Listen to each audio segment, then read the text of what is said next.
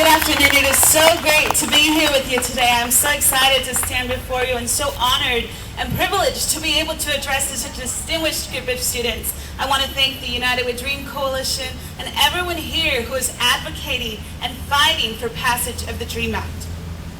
1 week after my 8th birthday, my family brought me to the United States from a small town in northern Mexico. Little did I know that fateful night that we crossed the stretch of bridge that connects Texas to Mexico, that I was destined to live the next 16 years of my life as an undocumented student. Growing up, I excelled in school, consistently making straight A's and acing my state level exams. It was not until I entered high school that I began to realize the repercussions of my undocumented status.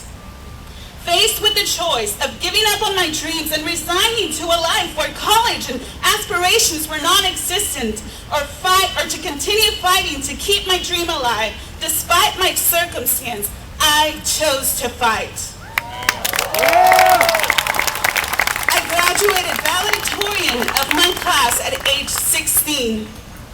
Upon graduation, I received a full privately funded scholarship to St. Mary's University, a private institution in my hometown of San Antonio, Texas.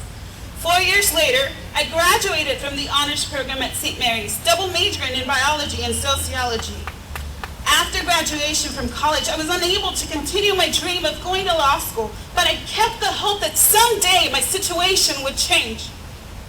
I spent 3 years working odd jobs, vying for passage of the DREAM Act, and my situation did change, but not in a way that I could have ever imagined. In January of this year, I was pulled over for allegedly rolling through a stop sign. I closed my eyes and I can still feel my hands gripping the steering wheel as I observed through the rearview mirror of my car the officer get out of his vehicle. Discovering I was in the country undocumented, the officer proceeded to arrest me, informing me that it was the policy of their police department to turn over any undocumented person to immigrations and customs enforcement. Hours later, I found myself sitting alone in an ICE detention center, praying that I was having a nightmare, hoping that any moment I would wake up and know that everything was okay. But that moment never came. I never woke up. After posting bail and being released, I visited half a dozen immigration lawyers who all told me the same thing: there is no hope for you. I was once again faced with a choice. I could passively accept my fate and willingly surrender my home, my nation, my entire family and friends, all of whom live in America. Or I could choose to fight, to advocate for the DREAM Act, to defend my American dream. I chose once again to fight. I wrote the New York Times, who wrote about my story, who wrote about the DREAM Act. I began telling everyone I knew to flood their senators and representatives with letters in support of the DREAM Act.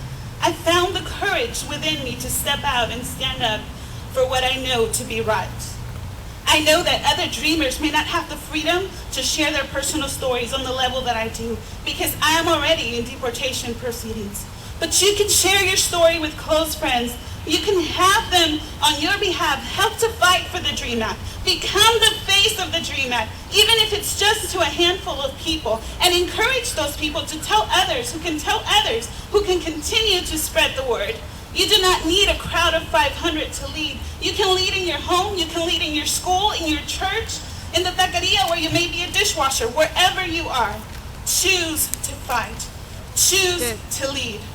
Be more than just a dreamer. Be an achiever. In closing, I'd like to ask you this afternoon, what is leadership?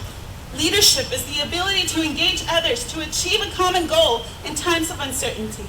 I once heard the story of a young man who had a deep, fervent passion for the ocean. He longed to be able to spend his life at sea, so he gathered men from all over to help him build a beautiful boat. He instructed them on the design, taught them about the wood, and showed them how to begin to build.